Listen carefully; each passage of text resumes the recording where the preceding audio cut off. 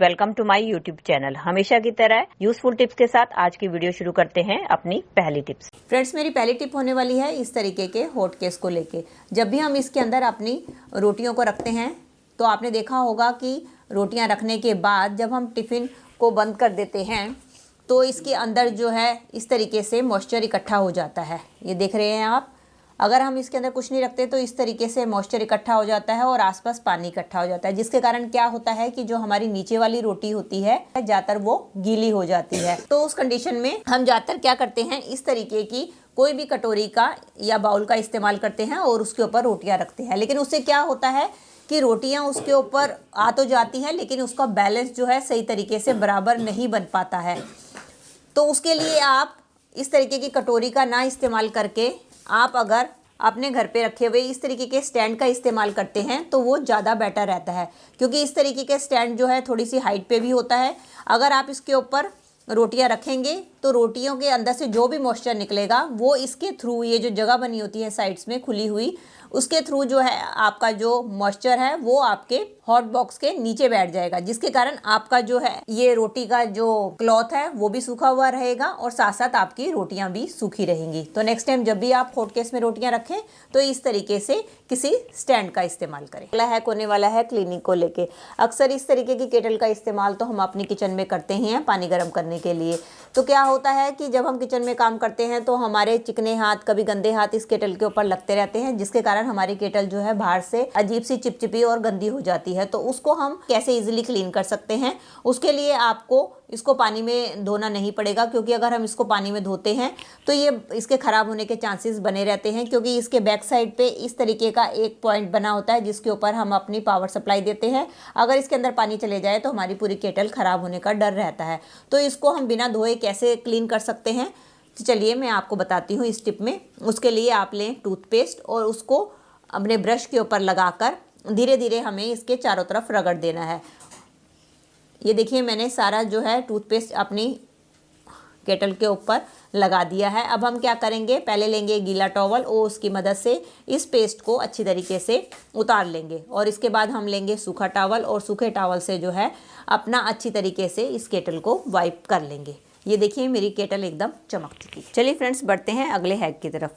कई बार ऐसा होता है कि जब हम बेड पे, बच्चे या बुज़ुर्ग जब हम सोने लगते हैं तो आपने देखा होगा, चाहे हमने जितनी भी गर्म बेडशीट बिछा रखी हो या गर्म कंबल ले रखा हो तो भी हमें अंदर से बेड जो है ठंडा लगता है। तो उस कंडीशन में हम बच्चों और बुज़ुर्ग के लिए इसको पहले से कैसे गर्म करके रखें ताकि उनको ठंडा लगे, उसके लिए आप क्या कर सकते हैं, इस तरीके से अगर आपके घर पे हॉट पैड है तो आप उसका इस्तेमाल कर सकते हैं। तो आप क्या करें, पहले उनके सोने से पहले हॉट पैड को अच्छी तरीके से गर्म कर लें और इसके बाद आप अपने रजाई या कंबल के अंदर इसको रख दें। इससे क्या होगा, आपका जो है अंदर से हिस्सा जो है अच्छी तरीके से इसकी मदद से गर्म हो जाएगा और इसके बाद जब गर्म हो जाए तब कोई भी इसके अंदर सोएगा तो उसको सर्दी बिल्कुल भी नहीं लगेगी।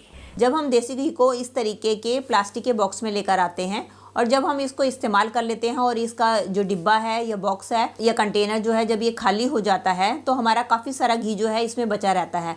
तो उसके अंदर से हम घी को कैसे निकालें, क्योंकि अगर हमारा स्टील का कंटेनर होता है तो हम उसको गर्म करके घी निकाल लेते हैं, लेकिन प्लास्टिक के कंटेनर में घी बचा रह जाता है। तो उसमें से घी निकालने के लिए बहुत ही आसान तरीका मैं लेकर आई हूँ कि आप इसके लिए क्या करें। उसके लिए मैंने एक गैस पे एक बर्तन में पानी गर्म कर लिया है और उसके ऊपर मैंने इस तरीके से एक स्पैचुला रख दिया है।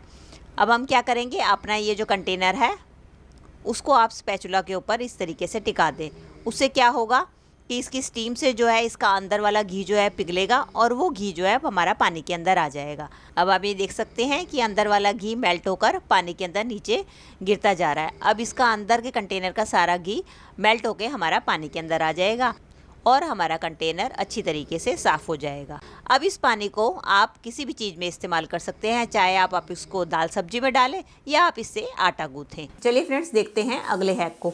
मेरा अगला हैक होने वाला है हेल्थ से रिलेटेड। जैसे कि हम देख ही रहे हैं कि अमरूद हमारे मार्केट में बहुत ज़्यादा आए हुए हैं और हमें इसका सेवन भी ज़रूर करना चाहिए, क्योंकि ये हमारे हेल्थ की दृष्टि से हमारे लिए बहुत ही फ़ायदेमंद होते हैं। इससे आपने देखा ही है कि हमारी कब्ज़ की समस्या तो दूर होती है और साथ में ये हमारे डाइजेस्टिव सिस्टम को भी इम्प्रूव करने में मदद करता है। सिर्फ अमरूद के ये फ़ायदे नहीं हैं दोस्तों, अमरूद का एक जो मेन फ़ायदा है जो मैं आपको बताने वाली हूँ विंटर्स के लिए, उसको जानने के बाद आप सर्दियों में अमरूद का सेवन जरूर करिएगा, क्योंकि इसका मेन फ़ायदा ये है कि सर्दियों में आपने देखा होगा अक्सर हम सर्दी जुकाम या खांसी से परेशान होते हैं, तो उस कंडीशन में अमरूद हमारे लिए बहुत ही फ़ायदेमंद होता है। इसके लिए आपने लेना है एक अमरूद और उसको अच्छी तरीके से आपने धो के क्लीन कर लेना है, और उसके बाद हम इसको जिस भी आपने साइज़ या शेप में काटना है उस तरीके से काट लिया। अब हमें इसको कैसे यूज़ करना है जिससे कि है हमारी खांसी में हमें फ़ायदा पहुँचाए, उसके लिए इसके ऊपर अब हम लगाएंगे थोड़ा सा काला नमक।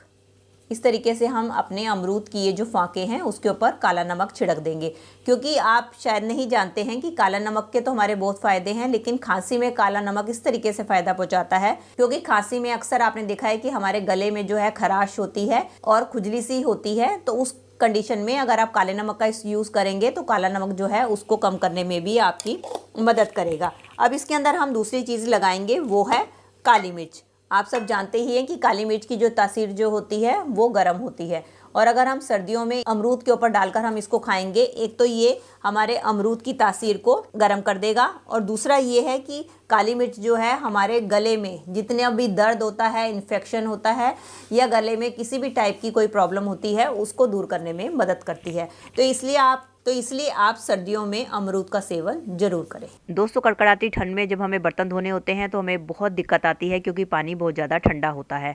तो आज मैं आपके साथ ट्रिक लेकर आई हूँ जिसमें आप ढक्कन की मदद से ही ढेर सारे बर्तन धो पाएंगे। उसके लिए आपने क्या करना है, आपने लेनी है 2 पॉलीथीन, और पॉलीथीन लेकर आपने उसको हाथों में पहन लेना है और उसको आपने चूड़ियों के बीच में फंसा देना है ताकि पॉलीथीन ना निकले।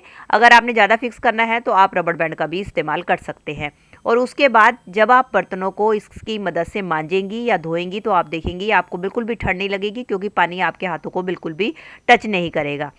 और दोस्तों, जब भी हम बर्तन को धोने के बाद इस तरीके की टोकरी में रखते हैं तो आपने देखा है कि इस टोकरी की हाइट काफ़ी कम होती है, जिसके कारण हमारे बर्तनों का पानी ड्रेन नहीं हो पाता और हमारे बर्तन गीले बने रहते हैं, जिसके कारण उसके ऊपर काफ़ी सारा डस्ट चलता चला जाता है और हमें बर्तनों को बार बार धोना पड़ता है। और ठंड में आपको पता है बर्तन धोना काफ़ी डिफ़िकल्ट होता है। तो आपने क्या करना है, उसके लिए लेने हैं इस तरीके से ढक्कन, और ढक्कन लेके आपने टोकरी के नीचे चिपका देना है। इससे क्या होगा कि आपकी टोकरी की हाइट थोड़ी सी बढ़ जाएगी, जिसके कारण पानी बहुत ही आसानी से ड्रेन हो जाएगा और आपके बर्तन सूख जाएंगे, जिसके कारण उनको आपको ठंड में बार बार भी मांजना नहीं पड़ेगा और आपको ठंड भी नहीं लगेगी। ये थी दोस्तों मेरी आज की वीडियो। आई होप आपके लिए यूज़फुल रही होगी। अगर दोस्तों आपको वीडियो जरा सी भी अच्छी लगी है तो प्लीज़ इसके लाइक, शेयर और कमेंट कीजिएगा, और बेल आइकन के साथ मेरे चैनल को भी सब्सक्राइब कर लीजिएगा। चलिए मिलती हूँ नई वीडियो के साथ। Till then take care and bye bye.